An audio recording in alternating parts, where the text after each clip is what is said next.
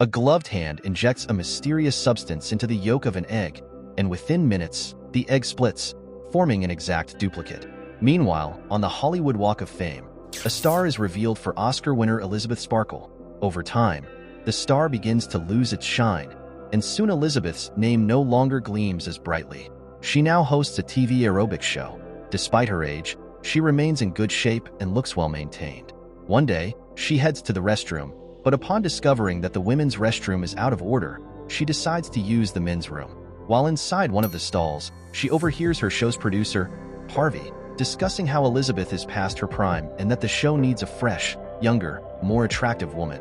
It's time, according to Harvey, for Sparkle to step aside.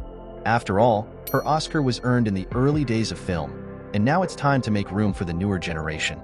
Feeling distraught, Elizabeth meets with Harvey for lunch, where he cheerfully confirms her retirement and leaves with a friend. Elizabeth spots a fly in her wine glass, reflecting her sense of helplessness. As she heads home, her attention is drawn to workers taking down her billboard, causing her to get into a car accident.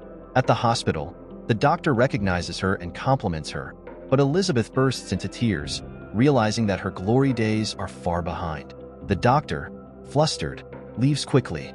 However, a young nurse begins inspecting her back, muttering that she is ideal for an experiment. Before departing, the nurse slips a flash drive into Elizabeth's pocket, advertising a product called Substance.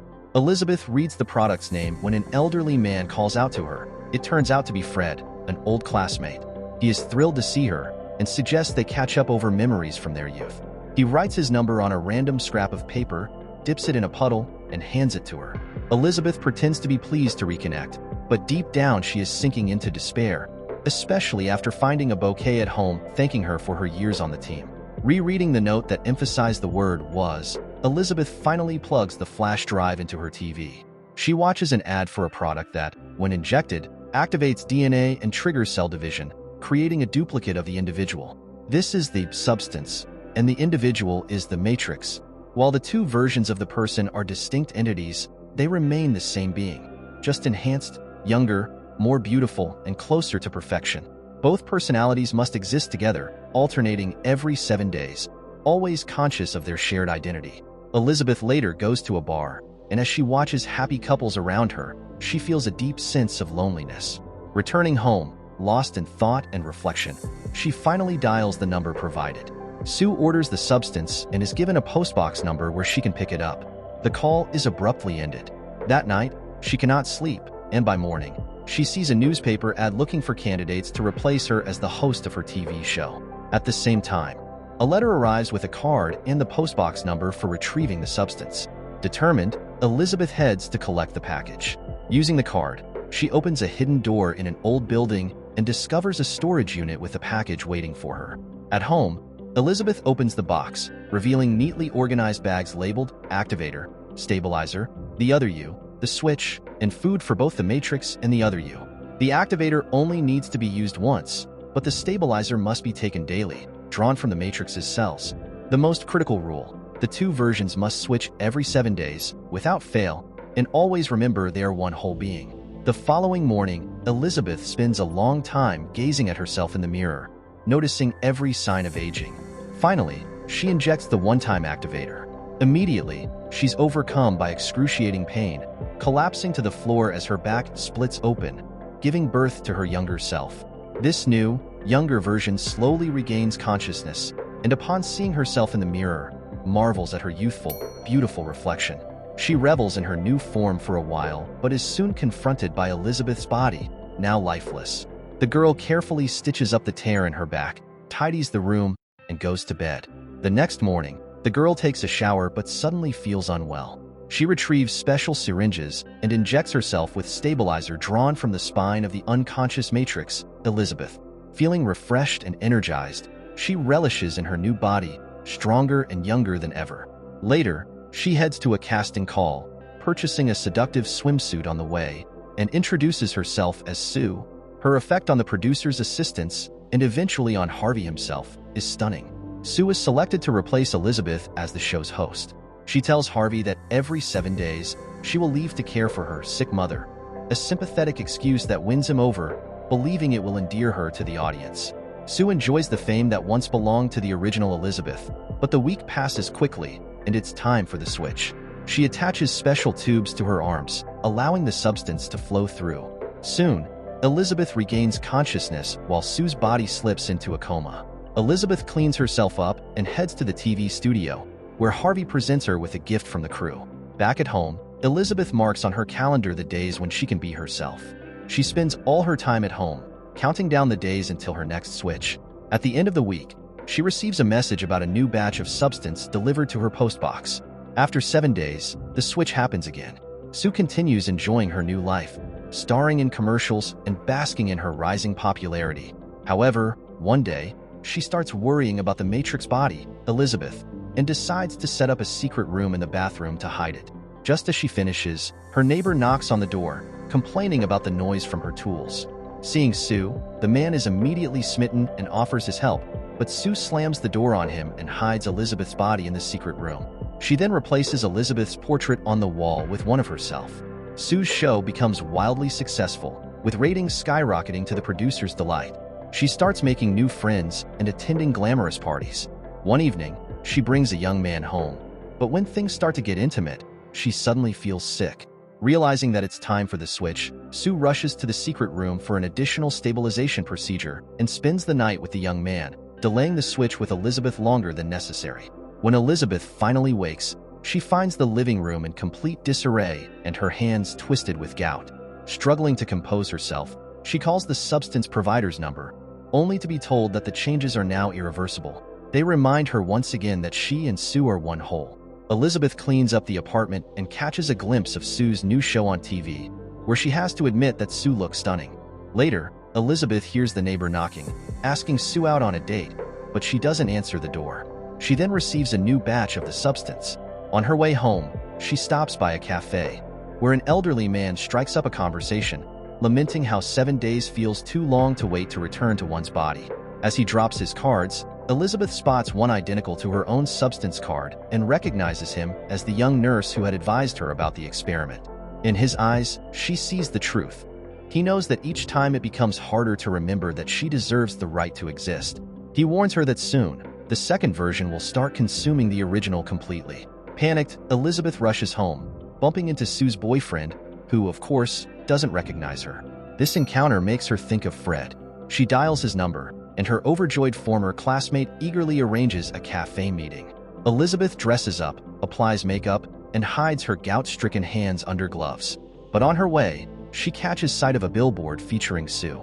Looking at her reflection, Elizabeth is crushed with disappointment, wipes off her makeup in tears, rips off her dress, and decides to stay home, ignoring Fred's repeated calls. She begins binge eating to cope with the overwhelming stress and insecurity. When it's time for Sue's turn again, she arrives on set and begins the show. However, during the exercise routine, she feels something odd protruding from beneath her skin. Alarmed, she halts the filming, leaving the confused cameraman unsure of what he just witnessed. Sue dashes to the bathroom and discovers a lump on her rear, which turns out to be a fried chicken leg emerging from her navel. Horrified, she realizes that while she lives the glamorous life, Elizabeth is binge eating at home, directly affecting her body. Enraged, Sue complains to the substance operator, but all she hears in return is the repeated reminder that they are one whole. Weeks pass, and Sue grows increasingly ambitious. One day, she excitedly summons Harvey to announce that she will be the new host of their New Year's show, the peak of her career. Sue is ecstatic, but she begins abusing the stabilizer, causing Elizabeth's body to deteriorate rapidly. When Elizabeth next wakes, she finds herself much older and feeble, with stiff joints and nearly all her hair gray. Desperate, she calls the substance provider, who suggests ending the experiment, but warns that her condition cannot be restored. Elizabeth struggles to accept this fate, but can't bring herself to give up such a beautiful second version of herself, even though her body is barely functioning. She then remembers Harvey's gift, which turns out to be a cookbook. Throwing herself into cooking with newfound energy, she distracts herself while Sue continues to dominate the television screens. One day, Elizabeth overhears Sue laughing at her, mocking the aging star. Enraged, Elizabeth turns to food even more and vows to end the experiment. When the day for the switch arrives, Sue finds the apartment littered with food remnants and empty bottles. Seeking independence and wanting to exploit Elizabeth's helplessness, Sue stockpiles stabilizers for 3 months. However, just before the live broadcast of the New Year's show, the stabilizer supply runs out. In a panic, Sue contacts the supplier, demanding more stabilizer. But she's told that Elizabeth is the only source, and they must switch to replenish the supply. There is simply no other way. Sue, barely conscious, initiates the switch process. Her boyfriend, hearing strange noises from the bathroom, knocks on the door, but Sue refuses to open it. Inside, Elizabeth has transformed into a hideous, bald figure with a grotesque hump. Finally, in frustration, Sue yells at him to leave, and he runs off, terrified. Now a monstrous creature, Elizabeth calls the substance operator and pleads for the experiment to be terminated. Resigned to what must be done, she retrieves the final batch of the serum and returns home. Dragging Sue's unconscious body into the living room, Elizabeth prepares to inject her with the serum that will end her duplicate's life.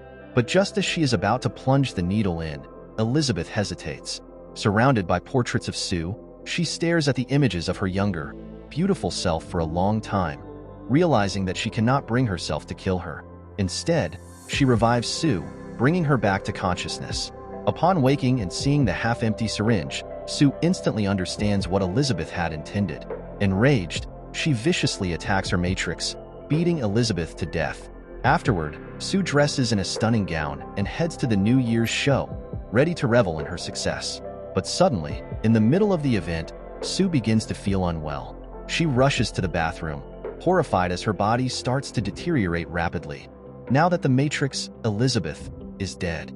First, her teeth fall out, making it impossible for her to smile as Harvey had demanded for the sponsors. Next, her fingernails fall off, and then her ear drops from her head. Panicking, Sue flees home, frantically injecting herself with the last of the activator, hoping to create a new version of herself. However, instead of restoring her, the activator creates a horrific fusion of both versions. A grotesque hybrid called Eliza Sube is born. The monstrous creature, recalling her audition, attempts to beautify herself by donning a dress and crafting a crude Elizabeth mask. Determined, she heads to the New Year's show. Upon arriving at the TV center, Eliza Sue steps onto the stage and addresses the audience, but her mask falls off mid-speech, exposing her horrifying appearance. Screams of terror echo throughout the hall as the audience flees in panic. In the chaos, one man decapitates Eliza Sue, and her mutilated body floods the studio with blood. What remains of Eliza Sue escapes the building and disintegrates into a grotesque mess of guts on the street. Elizabeth's original face, still partially intact, crawls across the pavement and reaches her star on the Hollywood Walk of Fame. It looks up at the sky, managing a final smile before melting away completely. The next morning, the puddle of blood left behind is scrubbed clean, erasing the last physical trace of the once great actress. Though at times darkly humorous, the film primarily delves into a terrifying critique of society's obsession with women's bodies and the relentless pursuit of eternal youth and beauty. It forces the audience to question the price of rejecting one's true self and the importance of accepting who you are before it's too late.